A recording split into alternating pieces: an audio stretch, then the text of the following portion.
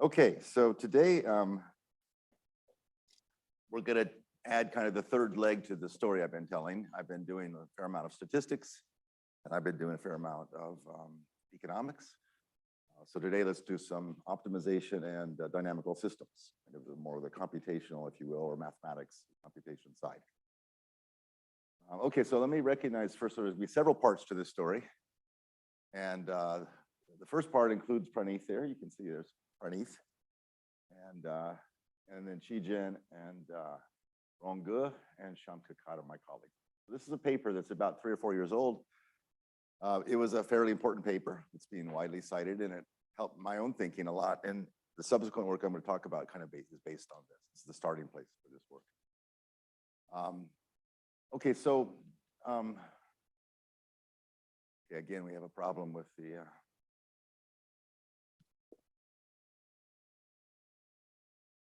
there we go. Okay, so we used to think that local minima were the biggest challenge in machine learning decision making, because we have these very big complex systems that are nonlinear. There's going to be lots of local minima, and that is still true in some problems, but it's been a big surprise by how little the local minima were the real problem. And roughly speaking, there are many more saddle points than there are local minima, kind of generically in a lot of these surfaces.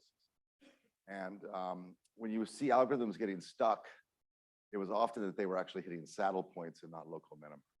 You can sort of tell that because your learning curve would kind of come down and then flatten out.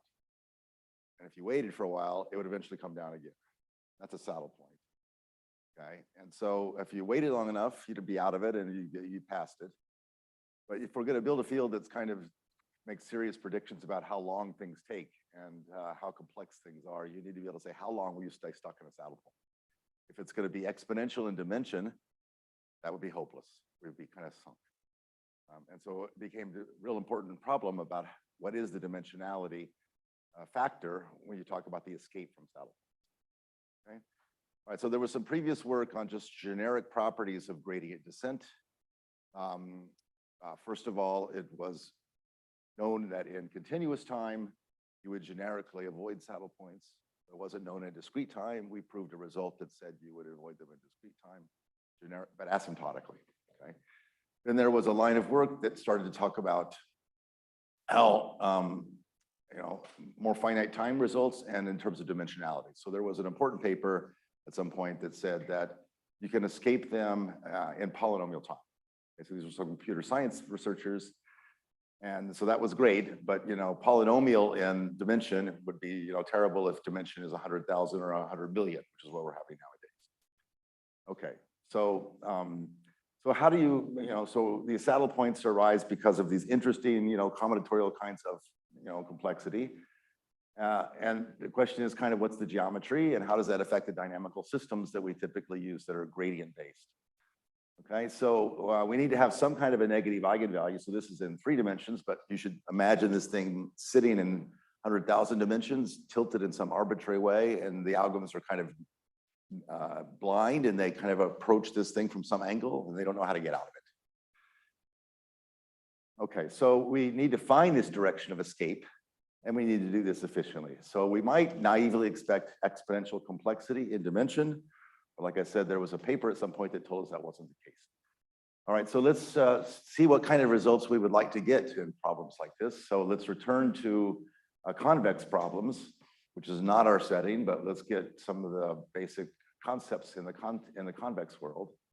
All right, so our problem is going to generically be, for the first part of this talk, minimize a function f of x, where f is going to be just smooth, nothing but smooth. Okay, so it has a gradient, and the gradient is Lipschitz. And you all know the algorithm gradient descent. It has a step size, and it follows the gradient. It's a good algorithm. In fact, it's surprisingly good.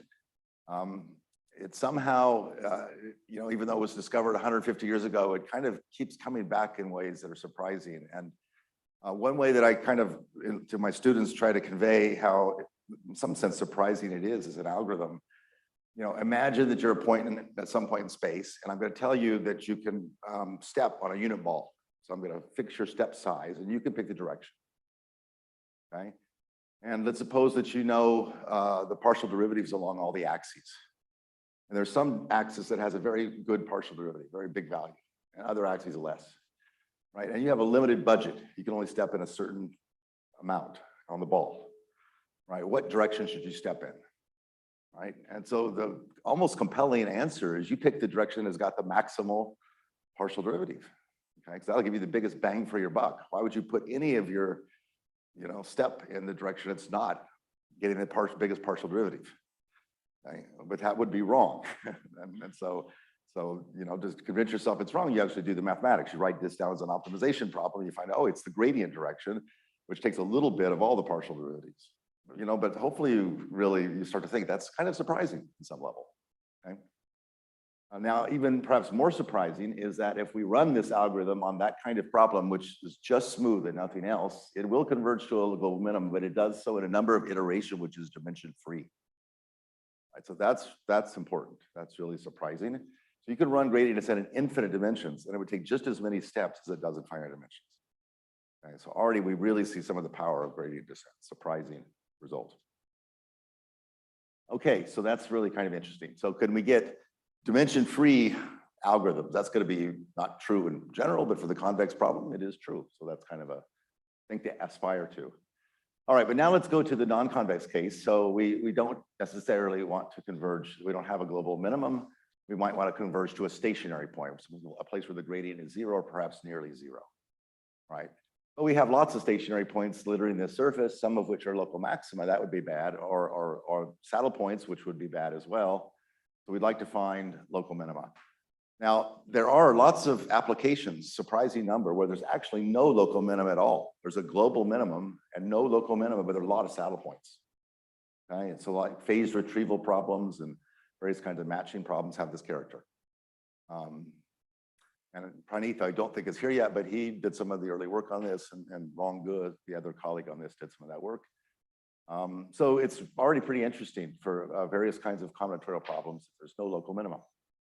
But if there are local minima, often there's a lot of them, but kind of around a good starting place, like around the origin, the nearby local minima are often not so bad. They're all kind of regularized. They all kind of, perform reasonably well.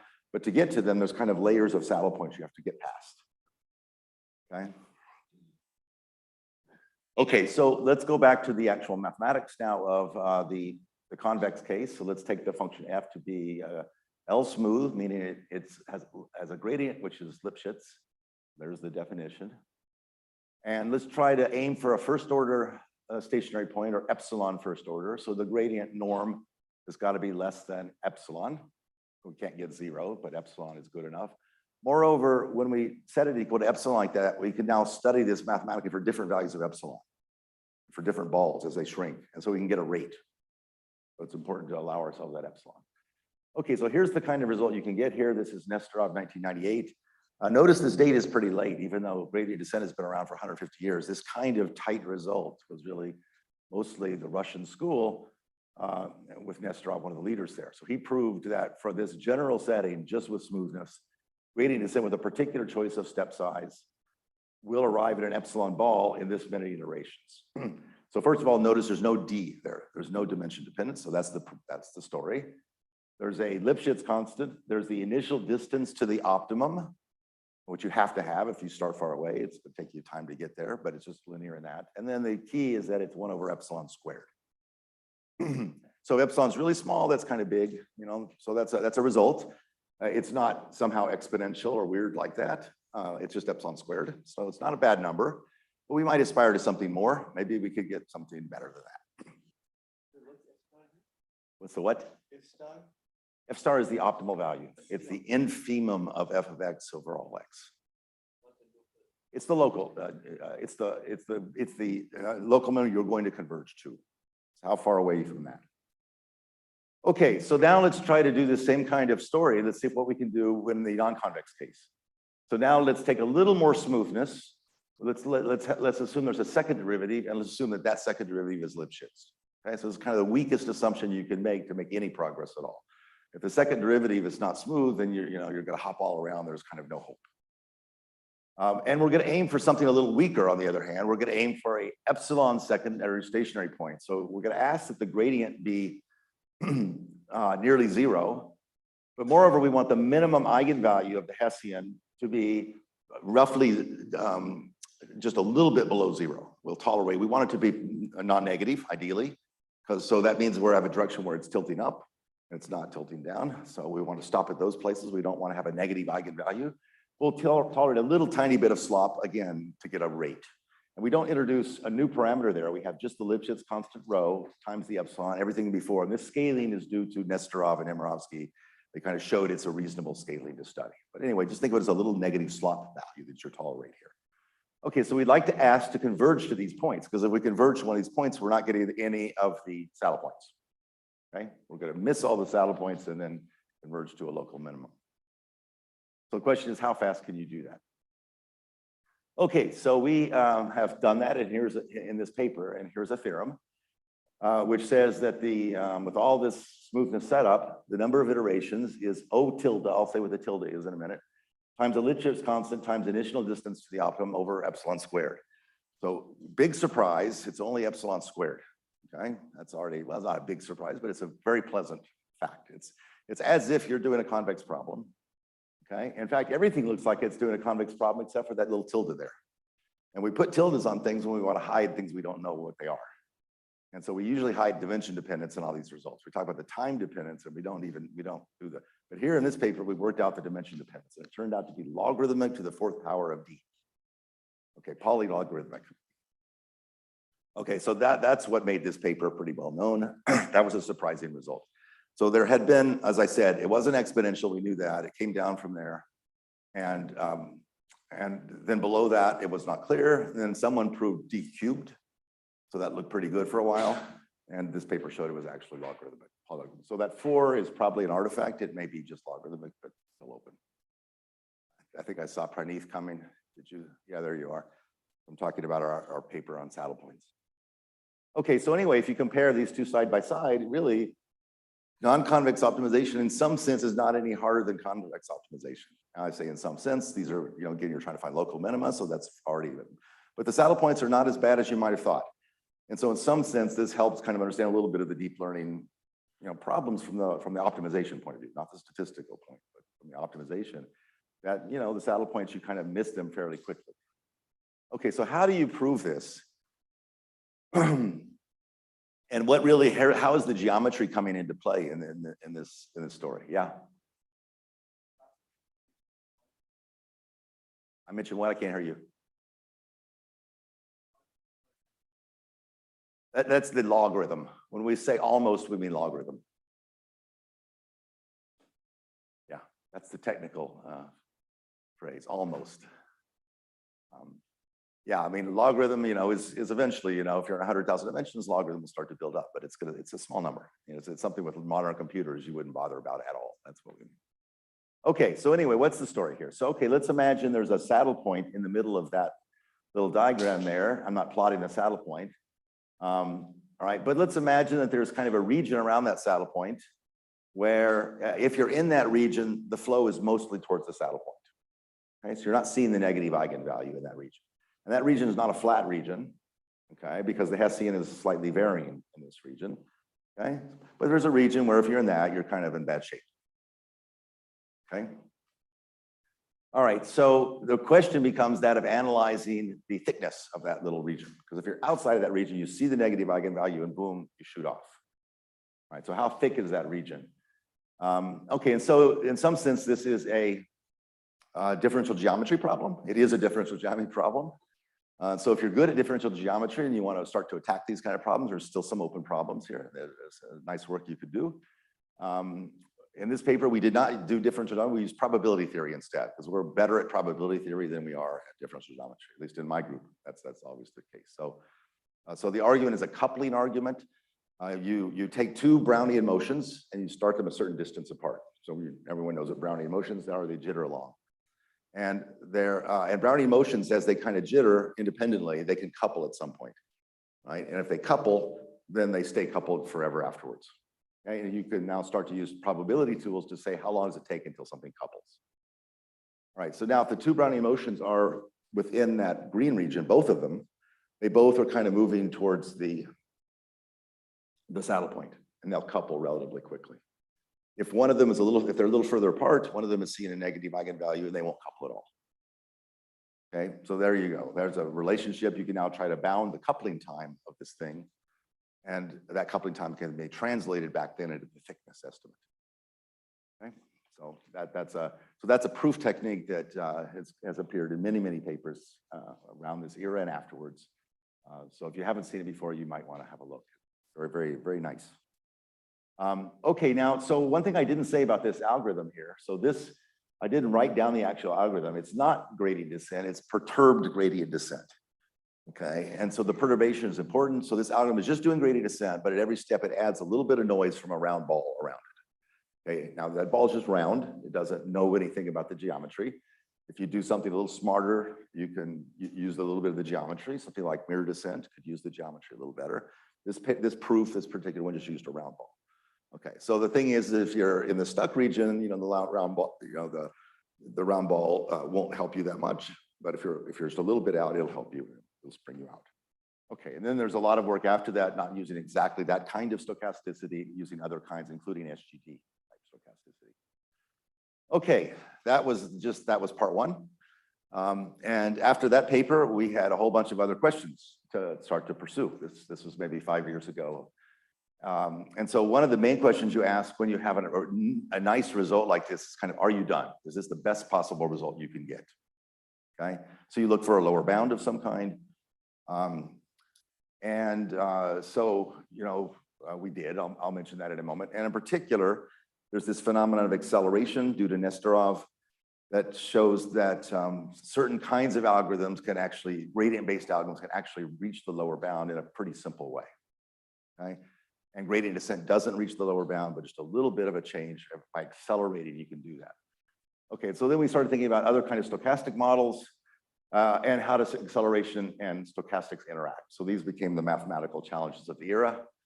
All right, now to get towards these questions, we needed a deeper understanding of this acceleration phenomenon. So again, acceleration is this Nesterov idea, and he's kind of a brilliant guy. He kind of realized there's a way to put together two gradients such that if the function is smooth, you can actually go faster than gradient descent. And again, that's kind of a little bit of a surprise.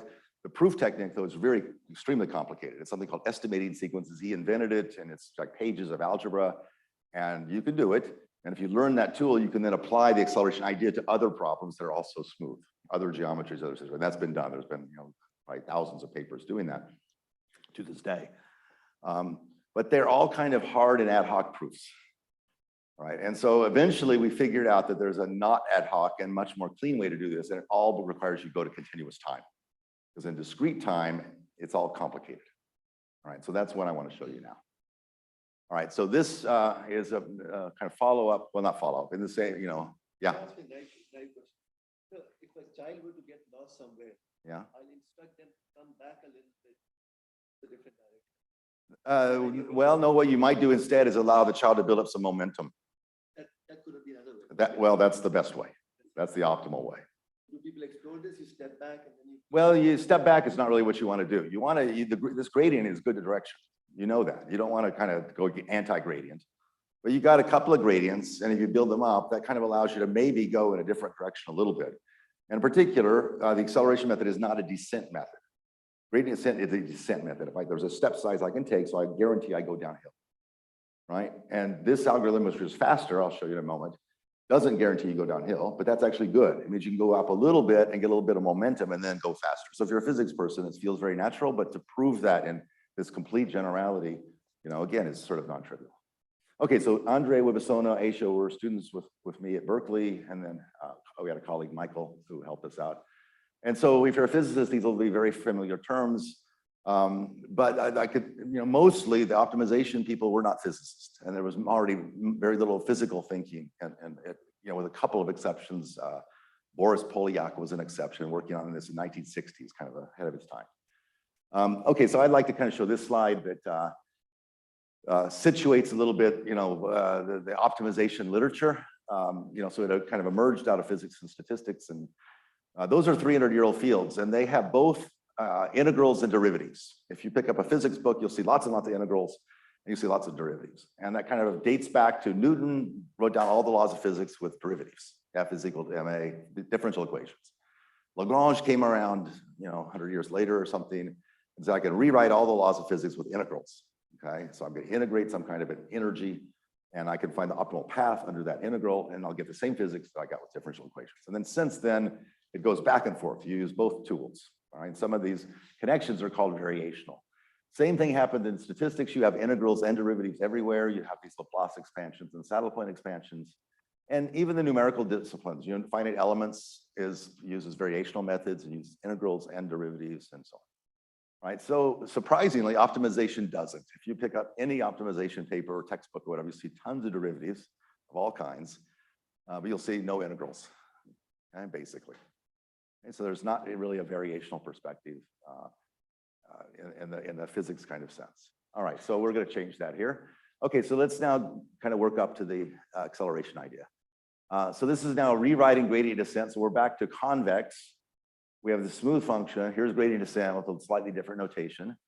And instead of talking about epsilon balls, we're going to now write things in terms of the number of steps.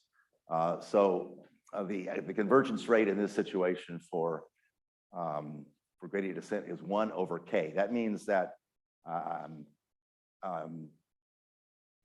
you will, after 1 over k steps, you will arrive at a certain criterion value. Okay, so now that algorithm was analyzed by Nesterov, and it was, viewed as pretty fast. But the question became, is it the best you can do? Okay, so to get that, you need a lower bound. And so another Russian, Nemirovsky, developed a whole technology for finding lower bounds for optimization problems. And it's now sometimes called the resisting oracle approach. And basically, lower bounds are found by kind of finding a bad case, one worst case, that your algorithm in that case will kind of, you can see that it's going to do bad, all right? And that gives you a lower bound. And if you picked a good worst case, it's the best lower bound. And you know that when it touches some upper bound, and the problem is now kind of solved. All right, so anyway, long story short, Nemirovsky did that for smooth descent, and he found a lower bound of 1 over k squared, faster than 1 over k. All right. So that said, oh, maybe, okay, so maybe, first of all, it was a bad lower bound. Maybe someone do a better job and they get a tighter bound that actually hits gradient descent. But maybe it's true, all right? And so maybe that implies there exists an algorithm that in this world that only uses gradients. So his approach only uses gradients, but goes at 1 over k squared. So that was kind of an open problem for a moment, and who knows? And it was a surprise, or kind of exciting, that Nesterov then developed this algorithm here, which goes at rate 1 over k squared, right? And this algorithm now is a second order difference equation. That already gets you a little oscillatory flavor, right? And there's 2 variables now. There's a y and an x, kind of a phase space, if you will. And the y variable is doing gradient descent on the x, right? So you kind of make a step conceptually, take the y value, and now you take a convex combination of the last 2 y values to make your actual step. All right, so that's one way of writing it. There's other ways to write it. This is one I kind of like. And so you can try that, and wow, it goes way faster. Not even a comparison on convex problems. Yeah, there's a formula for it. I'm not getting it. There's a whole line. You can see lots of tutorials on the web, lots of papers where that formula is written out and derived and all that. Okay, but just to say there's an easy formula for that. No, it's not. It depends on K. Okay, so just to return to where I was a minute ago, we have these gradient methods. There's all these different gradient methods, not just gradient descent. Here's a bunch of other ones. They're greedy, they're well understood, they kind of tend to work. But after Nesterov's first paper, there was then a huge number of papers that accelerated the original methods. You can't do this for generic problems, but for smooth problems, smoothness is necessary, because if the gradient is not changing too much, you can take advantage of that. That's kind of what's happening here.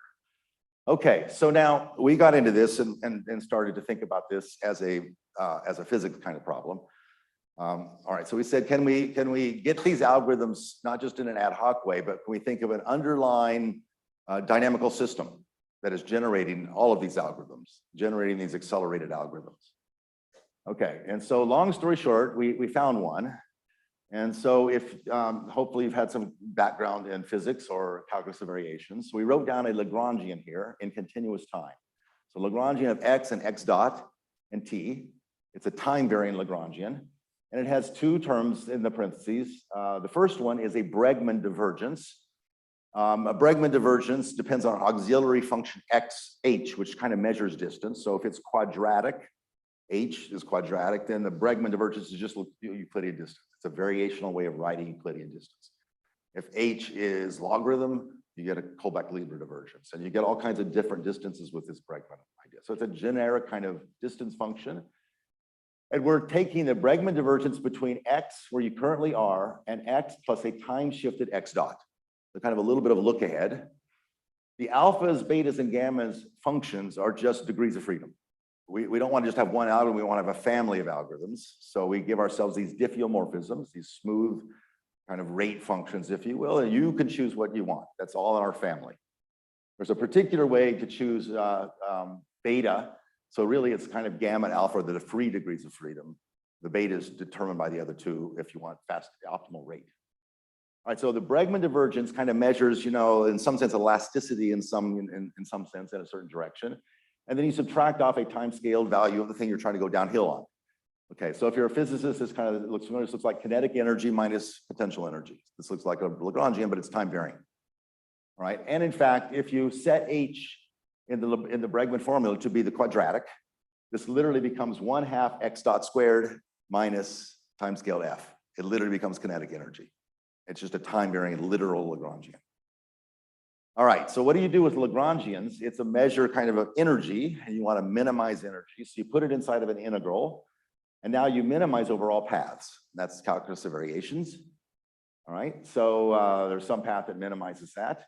And how do you find that path? Well, there's some calculus. And so you basically just expand this in a Taylor series, and you get a first order condition. So you take the Lagrangian, you take some space derivatives, and then you take a time derivative. And if you just do that, you could do it on the back of an envelope at this point. You apply that to this thing. You'll have to look up what the Bregman divergence is exactly. It's just basically a difference between a linear approximation of a function and a function. So that little difference there, that's the Bregman divergence. Yeah. For the potential, it's just you want to go downhill on f. So that's the interpretation. You know, so if a physicist is told, hey, I have a potential, I want to go downhill. They say, okay, treat that as my potential, but I also want some energy. I want some momentum. So I put in a x dot term. Right. I mean, you can also sort of say, what's the eventual asymptotic thing this thing arrives at, and it will be the minimizer. Okay, so that's easy. Okay, so anyway, if you just take that Lagrangian, you plug it into this Euler Lagrange equation, out will pop this differential equation. All right, so this is kind of a master equation. It's got some geometry in there. We get to choose h, depending on the problem. It also has got the alphas and betas, and it's actually gamma that's determined alpha and beta. I've forgotten that. And that's all. And then it's got its second order, which is kind of interesting. It means there's kind of probably some oscillatory potential here. And then it's got a time varying damping, and it's got some kind of geometric term here, and then it's doing gradient descent, but it's all all this stuff. Okay, so is this a good equation? Right? Well, first of all, it's kind of useful because if you want to get convergence rates, we can now give you a convergence rate once and for all. You don't have to derive convergence rates for special cases of this problem. And the way you do that is you write down a Lyapunov function. Here's our Lyapunov function. It's an epsilon of t is equal to a certain Bregman divergence to the optimum you're going towards, minus a term. You take its first derivative, you set that less than or equal to 0, and that's solved if and only if the convergence rate is big O of e to the minus beta t. All right, so it's an exponential convergence rate, but depending on beta t. All right, if you choose a beta t of some kind, maybe linear in t, you could, in principle, get an exponential rate according to this mathematics. All right, now, how is that possible? So if we go back to this little picture here, something interesting happens. So this Lagrangian has some mathematical structure, some symmetry. So it has a equivariant property. And what that means is that if I ask to get a certain rate out of this thing, so I set beta t equal to some value that determines the rate, okay? That's going to give me a certain differential equation. and I can solve that differential equation. And what'll happen is it'll move along a certain path, and it'll move at a certain speed along that path.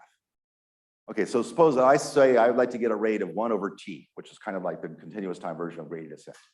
Right, I can plug that 1/t in for beta, and I can, there's a related choice of alpha. I can plug these into this equation. I'm going to get a 3/t here, and then I'm going to get this thing kind of, if this is quadratic, this will all simplify, and what this will be is the Nesterov acceleration algorithm in continuous time.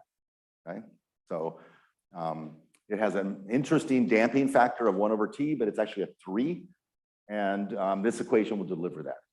So if I solve that differential equation, I will follow a certain path at the Nesterov speed, which will be 1/t squared.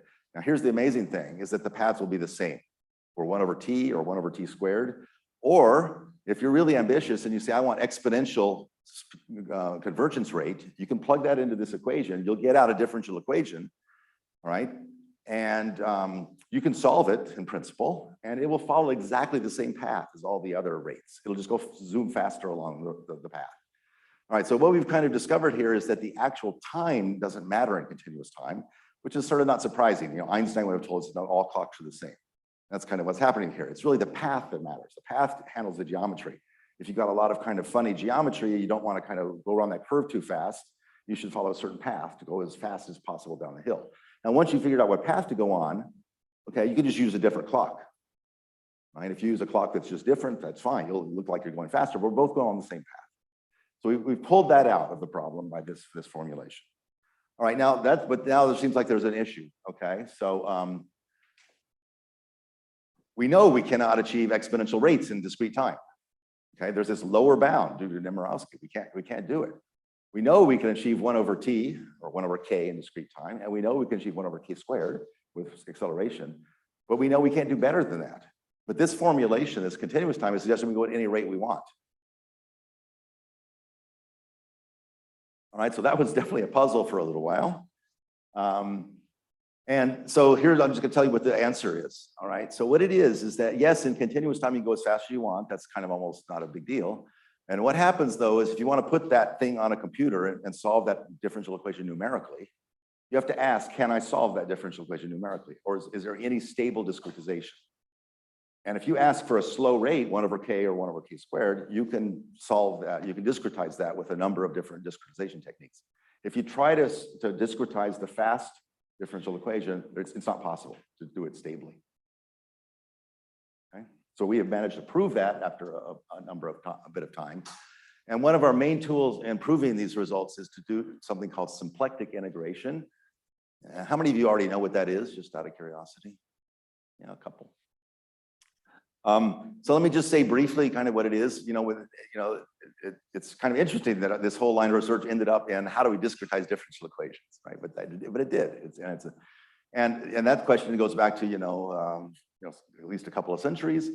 And there was real progress made at the end of the 1800s by people like Jacobi and Hamilton and Poincaré. And they were asking, what if I take the physics equations, Newton's equations or fluid flow or something like that. These are these differential equations. I'd like to discretize them in principle. And it's kind of amazing they were thinking about that because they didn't have computers yet. But presumably they needed to discretize them, by hand on paper for some purposes. And so they said, well, if I discretize them, obviously I'm going to get some errors. You'd like to control those errors. But then they had another interesting thought, which was that, is there a way to discretize such that I exactly preserve momentum and energy and all of the constants of physics? Because if I discretize and I obey the conservation laws of physics, well, at least I'm still doing physics. I'm doing numerical physics, and I'll have an error, but it's not an important error in some way. I've conserved the important things. All right, so they asked that question, and they found out the right answer. And the way to think about it is that these constants are just they're facts about the vector field. So imagine you're in this vector field. All of these differential equations are just vector fields. Arrive at some point, the differential equation says, here's the vector you should leave along that line. Right? And integration techniques just take a little step along that direction, they take a little step on the next direction, they keep doing that. Another way to think about this is that you put a triple of vectors at every point. All right? And as you move along the flow line, that triple will shear in some way, okay? And so you had a little volume element, and that volume element will shear, and that's fine as the flow, compresses or whatever. But you would like that volume to stay constant. And that volume element is a momentum or an energy. That's that. And so in general, these are exterior forms on a manifold. All of these things can be viewed in that way. All right, so the volume element of a triple, that's a determinant. It's a little polynomial. So you're asking to preserve some polynomial as you discretize. And that's you can just write that down. That's kind of a simple problem in some ways.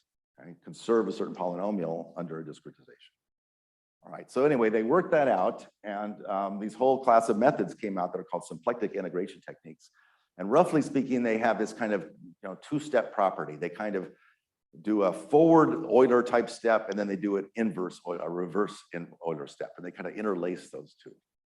Okay, and you may have heard about these things. There's sometimes called leapfrog methods, and people just use them in lots and lots of fields. And some of them I don't think know where the history is. The history is that it was physicists wanting to conserve momentum and energy. Exactly conserve. Exactly conserve. That's right. And I'm told, and maybe Spenta can sort of say this, but I think in lots of areas of like astrophysics or where you have to really solve hard differential equations over long stretches of time, this is what you would only do this because the standard numerical methods are not as stable, right? And in fact, this is why this relates to our problem.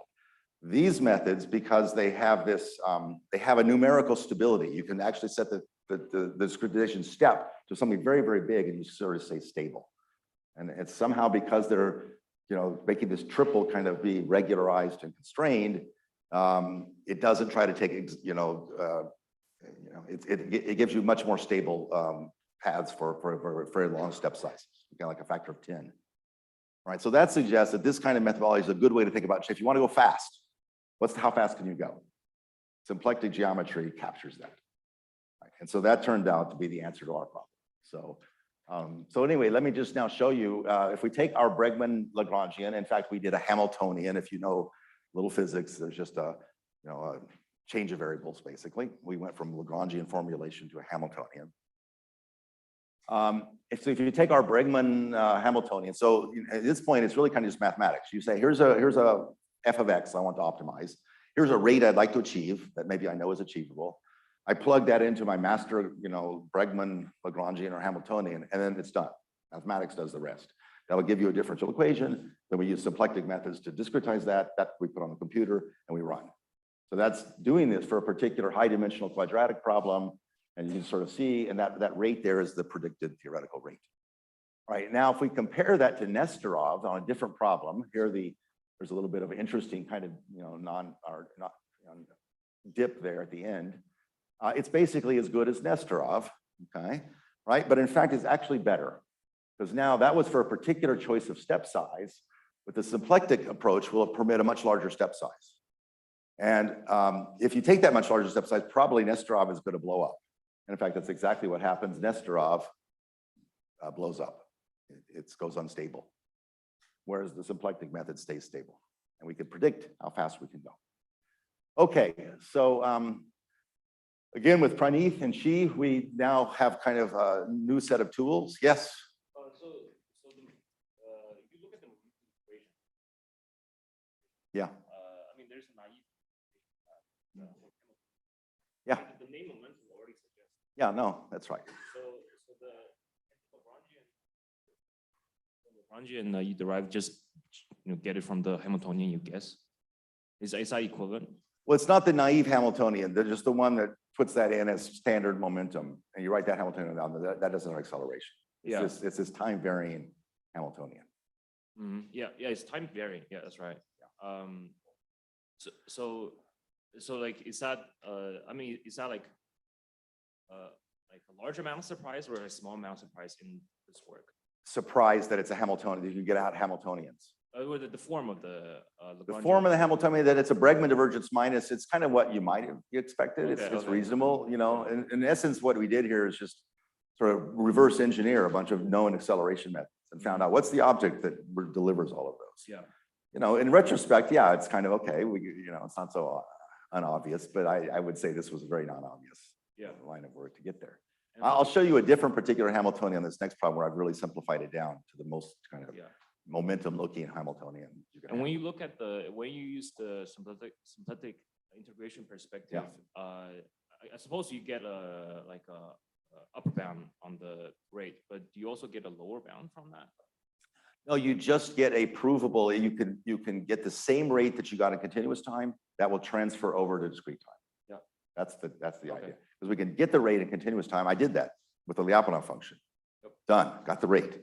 I'd like to ask, is there a way to discretize it? I get that rate back in continuous time. And that's what we've been able to show that this technique does. Cool. Okay, so with Praneeth and Shi, we have a paper that we then ask, was kind of an open problem. What if I put acceleration together with the non-convex problem and I try to avoid the saddle points and I accelerate?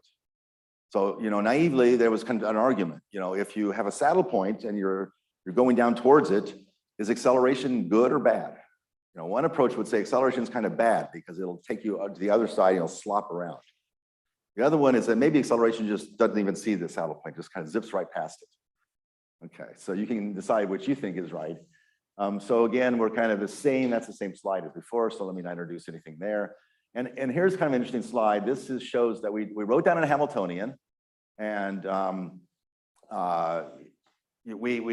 delivers an algorithm, but moreover, it delivers the theoretical analysis. You can take the Hamiltonian, you can break it up into terms, and you can analyze each of those terms separately, right? And that took what was kind of a complicated analysis and turned it into a bunch of little pieces. And so it guided the theory. And this kind of has the flow of how you analyze this thing, which would have been complicated otherwise. And so here's the final answer.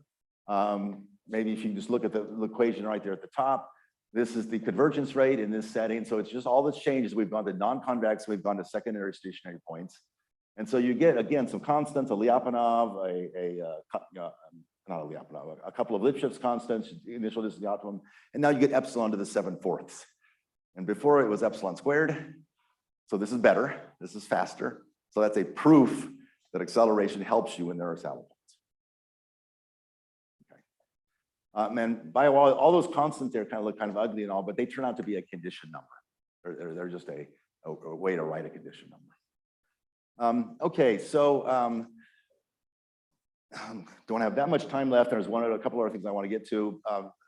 We've now had a whole bunch of other line of work around that time where we said, what about acceleration with stochastics? This was kind of viewed as something you can't really do, because if you accelerate and you have a stochastic differential equation, right? Stochastic differential equations have these really rugged paths, these Brownian motion kind of things. And acceleration is trying to put to history based on smoothness. So it feels like acceleration is just going to make amplify the jitter, right? And there's a little bit of truth to that, but we wanted to see if is that generically true, or can you accelerate when you have stochastic? All right, so we're going to now talk about diffusions, stochastic differential equations, not differential equations. And again, we're going to work in continuous time to get all of our insights. Okay? There have been some negative results that show that, in fact, it's worse when you accelerate certain stochastic differential equations. All right, but those were negative results focused on what are called overdamped diffusions, and I'll show that in a moment. So you might imagine, because we've been working with these oscillatory things that are underdamped, maybe it works when you have underdamped diffusions. That was the hypothesis. All right, so just a kind of a review slide, if you will. If you know some stochastic differential equation kind of work, this is a Langevin diffusion here. So you have a gradient term, and you're trying to go negative gradient, but you also have a Brownian motion term. So it's kind of a jittery gradient descent under Brownian motion. You can easily prove that this is now a diffusion, therefore at every step you don't have you have a probability distribution, and over time the probability distribution is moving. And you like to ask, does that probability distribution arrive in some nice stationary distribution?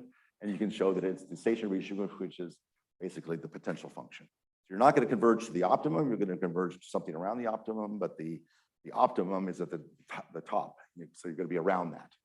And that's, for Bayesian people, that's good. They want kind of to get that uncertainty around the optimum, so they use these techniques. Okay, so here's some of the theory that preceded our work. So Dalalian kind of got this all started.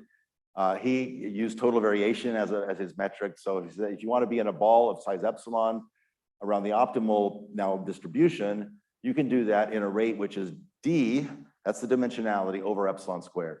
So first of all, that was really great. Epsilon squared was kind of surprising. You would think it would be much slower than the deterministic case, but it's not. And that result is carried through to lots of other situations.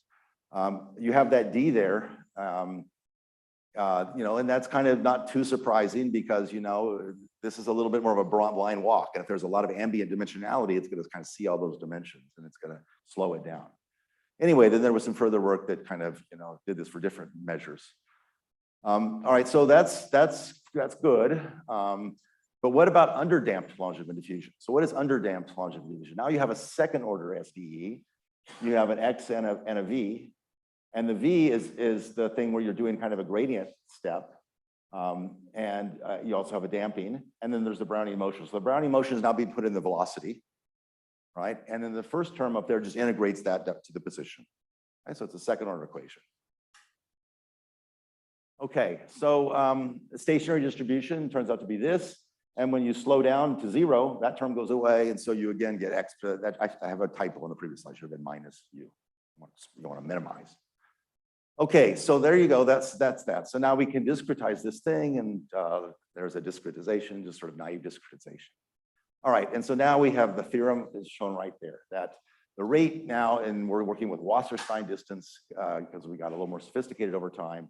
And so the rate now came down to 1 over epsilon, and it came down to square root of d. Okay, so the 1 over epsilon is really great. That shows that, there's kind of an acceleration phenomenon happening. The square root of d is the really cool part. Because, in fact, to this day, I don't think we really quite understand why it's square root of d. But even though you have d dimensions, it's sort of seeing only square root of d of those dimensions. So it's interesting. All right, so that's that paper. I got sort of 8 minutes here. All right, so this paper, which is in, I guess it eventually appeared in the Statistical Physics Journal, really tried to nail down the theory here. Because what I didn't really tell you how we nailed it down. I said, look, we got a problem here. We don't know how to discretize certain differential equations. Maybe symplectic geometry will help. We showed kind of empirically that it did, but we didn't prove that the rate is actually maintained. Okay, and so this paper with Guy Franca proved that, and it's a kind of a extensive whole talk of its own. Basically, it kind of goes to first principles, that it defines a dissipative symplectic integration. So I don't know if there's much I really want to go through here. There's like a lot of slides that I don't want to go through here. But basically, to say that our starting place here is now Hamiltonian instead of Lagrangian. And this is really just for the experts. I just gave you a little flavor here. But these are time-varying Hamiltonians. So these are systems that need to dissipate energy. Classical Hamiltonians, you don't dissipate energy. You kind of go around and around and around. But we don't want that. We want to dissipate energy. And so our Hamiltonians have got to dissipate. All right, and so that kind of is a little bit hard because symplectic methods were developed for Hamiltonians which didn't dissipate energy. All right, so I'm going to kind of maybe just show you a picture here. If you're a manifold kind of person, we basically have a kind of a manifold. We have a tangent bundle. We've read all our dynamics in that language.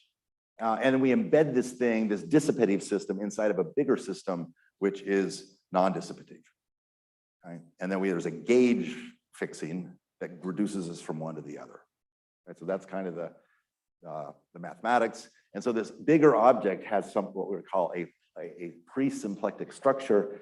And we can kind of do the mathematics on that thing using traditional mathematics and then show that rates are conserved when we do this gauge fixing. All right, I don't want to actually show anything here. This is just states a theorem. And I guess I do want to show this, which is that here's our real theorem. Here's our continuous rate that we got from our analysis before. Here's our discrete rate, and this is an equality. The discrete rate is equal to the continuous rate up to an error. And this was important. This was backward error analysis that really quantified. Is there an error? How much is it? And it's tiny. It's exponential error. Okay, so that kind of, put that whole thing on a nice mathematical footing. And now if we return to our original Bregman-Lagrangian or Bregman-Hamiltonian, that's the same kind of equation I had up there before, a Bregman divergence with a potential. It's written in the Hamiltonian language, so a couple of signs have flipped. And then we get the Hamilton's equations out of that. We get this.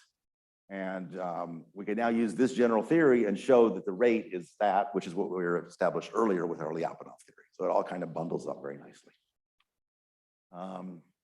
And now, if you really care to see what a symplectic integrator looks like, All right, let's go to the case where we have the quadratic H function. So we have this kind of, Euclidean geometry.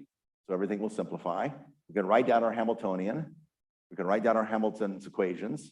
And we can now use a symplectic integrator. And so it looks kind of all messy, but I hope you can see this is something you would just put on a computer. Or some updates of little time, a T update, a Q update. We kind of have these halves. That's kind of reflects that you kind of go part way.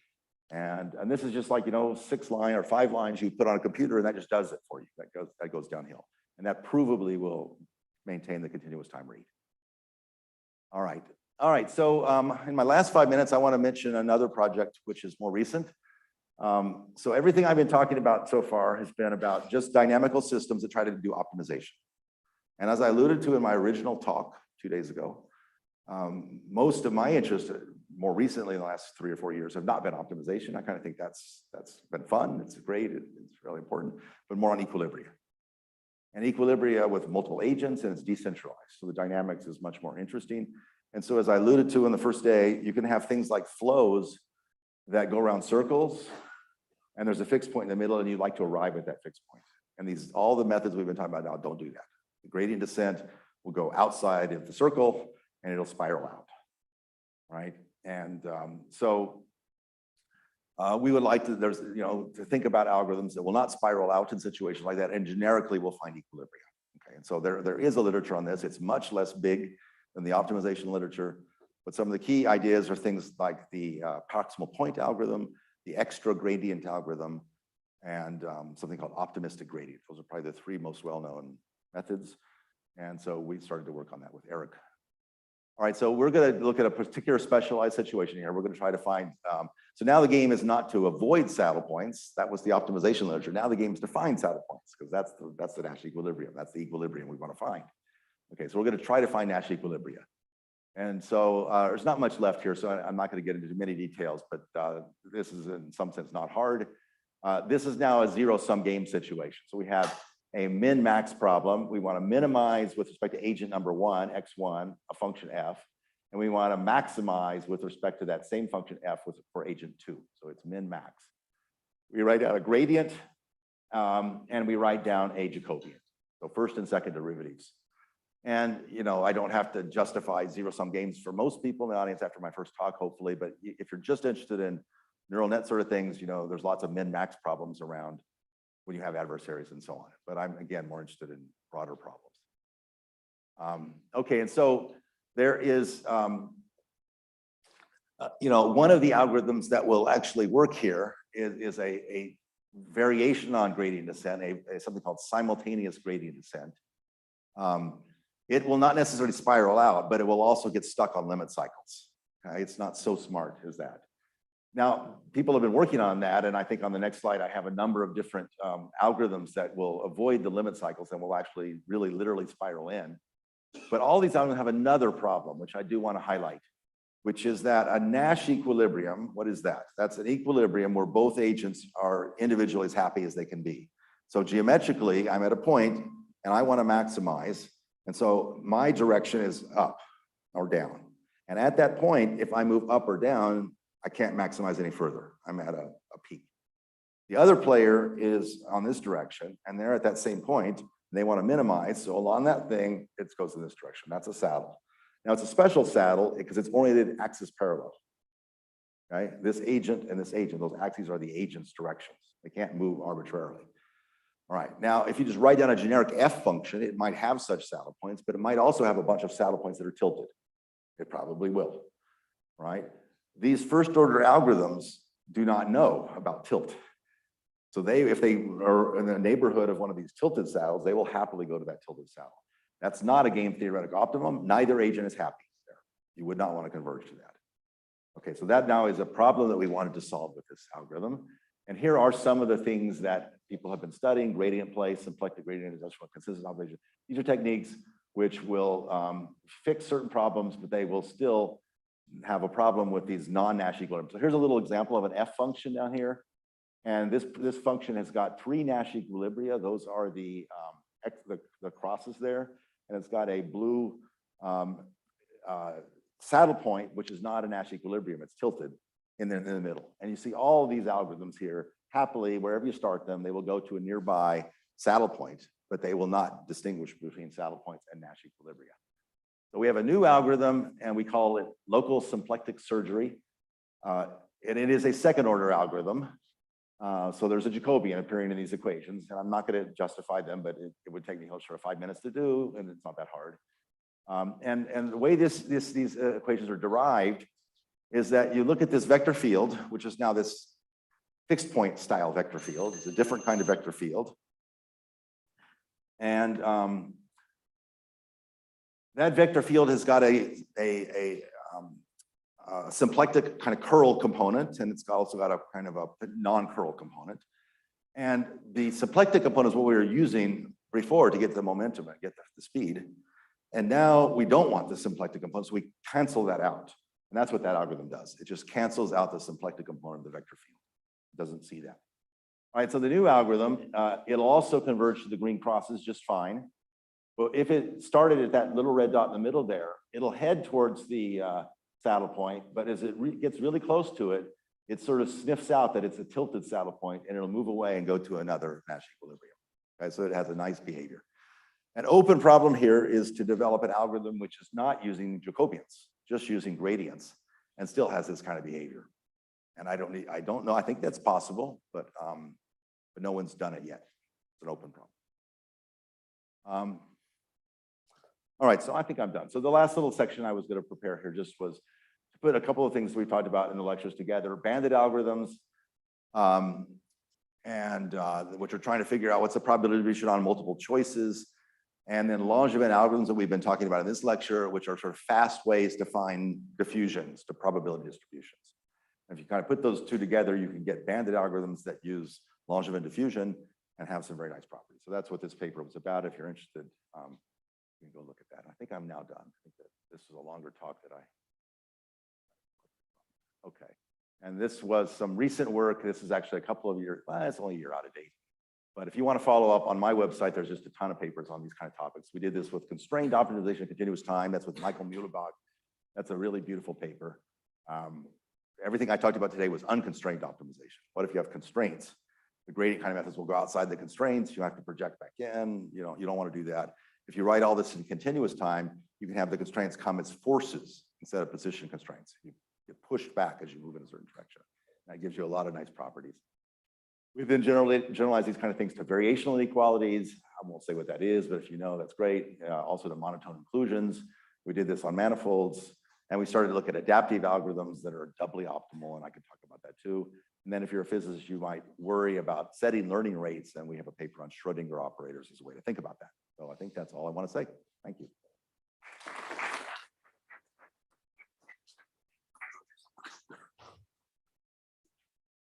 Any more questions?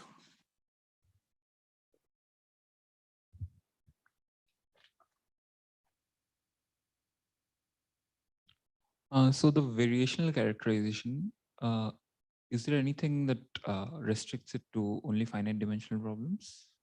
Is there anything that only restricts to finite dimension? Like, could I, in theory, do it for the Austen space? Maybe? Yeah, I think Andre Wibisono, one of my students, who's now a professor at Yale, I think he's done. I know he's done some infinite dimensional work. I'd maybe have a check at Andre's page. I mean, no, I kind of don't want to wave my hands and say, yeah, no problem. But I haven't really worked on it myself. So if that's something you know something about, there's not a lot of people doing this, and kind of one of the reasons I talked about it to this group here is just so I want to kind of again welcome you in. Everything I've been talking about the last 2 days is very recent work, and it's stuff. There's a lots of open problems, and if you have a little insight, you say, hey, I know something I could add to that, I'd welcome you in. This is an area. All of these areas where there's just a kind of a fairly small handful of people working. I'd like to get more people involved. Yeah. I mean, the second order differential equation that you spoke about for studying acceleration and gradient descent type methods, would that be extendable also to more general stochastic approximation algorithms which are not of the gradient descent type? Yeah, a lot of these techniques extend. This work I mentioned on variational inequalities and monotone conclusions do things like that. Also, I kind of forgot to give a little intuition here for why you can accelerate with these second order diffusions. And it's because the Brownian motion is coming in the velocity term. And that means that in the position term, you've gone through one step of integration. You took this jittery velocity, you integrated that to the position. Now the position is smoothed. And so if you discretize the positions, you can do it. So that's a little bit of the intuition on the discretization part. But yeah, there's a lot of, the more general formalism here is the variational inequality one. If you haven't seen that, that's a beautiful area of kind of applied mathematics. Again, a very small number of people working on it, but it's very important and interesting. And it sort of subsumes all of the Nash equilibria, and all of the equilibria problems we've been talking about are all variational inequalities, as are constrained optimization. So it's a nice domain to try these kind of things out. Yeah, following up on these accelerated diffusions, yeah, would this idea extend to non-convex, non-log concave sampling? It does, yeah. So there is another paper with Yan Ma where we have this provocative title: Can sampling be faster than optimization?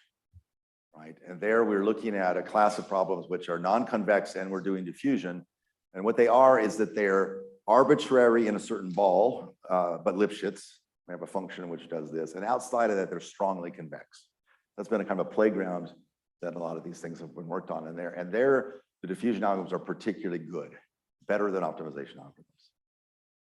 So some of the same ideas apply there, but how general that, I mean, we think of that as a useful framework, but it's still a little bit stylized. It's like a mixture model. Kind of locally, there's all kinds of, combinatorial properties, and outside of some ball, it's all nice and simple. But there's just kind of a first paper on that. Hello. Sir, in non-convex on constant optimization, can Nastro isolated gradient descent is working or not? Well, I'm not understanding you. Say, slow down. When the function is non-convex Yeah. in on constant optimizations, is Nastro isolated gradient descent is working or not? Means. Okay, yeah, I'm not quite understanding all the words. There's a lot of technical terms. So in non-convex optimization, what do you want to know? Whether Nastro isolated gradient descent is Yeah. working or not. Nesterov for non-convex problems. That's why accelerated. Yeah, that's right. So Nesterov for accelerated gradient for non-convex problems. Well, that was the thing I showed you about the saddle points and the acceleration. So yes, the answer is yes. That was the epsilon to the 7/4 result. Under the assumptions we have, yes, you can accelerate when there are saddle points. And it's just Nesterov acceleration. It's not a new algorithm. Nesterov acceleration gives you a provably faster rate, even when you have saddle points. Yeah. Yeah. How does this idea of two coupled sequences help in estimating the width of that pancake region? How does it do it? Yeah. Like, I mean, it's like one-page proof, kind of. You can look at it. Maybe I encourage you to do it over lunch. I mean, basically, you've reduced the problem just to one number, this distance r, right? Because you start these things, a distance r apart, and then you're changing r. And so now you just reduce the problem to, I got two Brownian motions in d-dimensional space, which are a distance r apart, right? And then there's a Hessian, okay? So I analyze the effect of the eigenvalues on these coupling, on these Brownian motions, and then you use probability tools. Do you have any more things to say, Pranith? I don't know how much you were involved in that argument, but.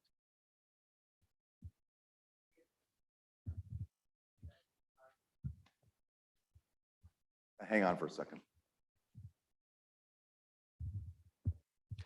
So if you couple the trajectories from 2 points which are separated by a distance apart, then we can show that the distance keeps increasing, which means that at least one of the points has to escape the saddle point. So the bad set cannot contain both of them, which then means that the width of the bad set is small. Yeah, so it's not trying to calculate a coupling times, it's trying to bound them. You're looking for a phase transition. So this is an upper bound on that R, just to say. And that's probably why there's a logarithm to the 4th power instead of something maybe better.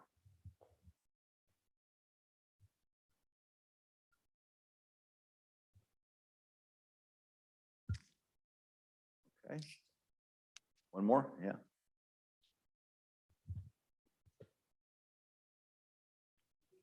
saying limit cycles. So what do you mean by limit cycle in games? Why do we have limit cycles, or why do we? What do you mean by limit cycles in games? In game Oh theory yeah, in perspective. games, limit cycles are somehow not good. They're easy to get. Lots of algorithms will do limit cycles.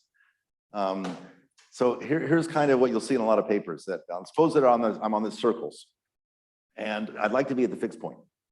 Okay, each agent would really be happy. That's the point. But they keep going into these other actions that are on some circle, right? And so people will give algorithm analyses that are for averages of the iterates and not for the last iterate. The last iterate is like, where are you right now? And I would like to be at that fixed point. The average iterate is I average over the last, some time window. Now, if I'm going around and around and around, and I look at the average iterate is at the origin. It looks really good. It looks like you converge to the Nash equilibrium, right? But you're going around and around arbitrarily far away from the Nash equilibrium. So a lot of the analysis you'll see are for average iterates. There's the mathematics is fine. They tell you all, they give you some insight, but they're definitely not where you want to be. So the best papers go for the last iterate, but the math there's a lot of open problems there. So I have a couple of papers on last iterate. You'll see them on my website. You'll search for last iterate convergence. I have a postdoc, Tatiana Chavdarova, and she's a real expert on variational inequalities and last iterate analysis. And so there you'll sort of really see the cutting edge of research. How do you get last iterate stuff? So yeah, you saddle points are kind of things that tell you at least it's not a stupid algorithm. It's not going off to infinity. But the analyses are a little bit, well, they're not getting you, the full answer, which is last iterate. It's hard to get last iterate, just to say, in games. It's very easy to kind of get into situations like tit for tat in games. I do something, you do something, and then on the next thing we kind of flip around. But ideally, you would actually converge to equilibrium.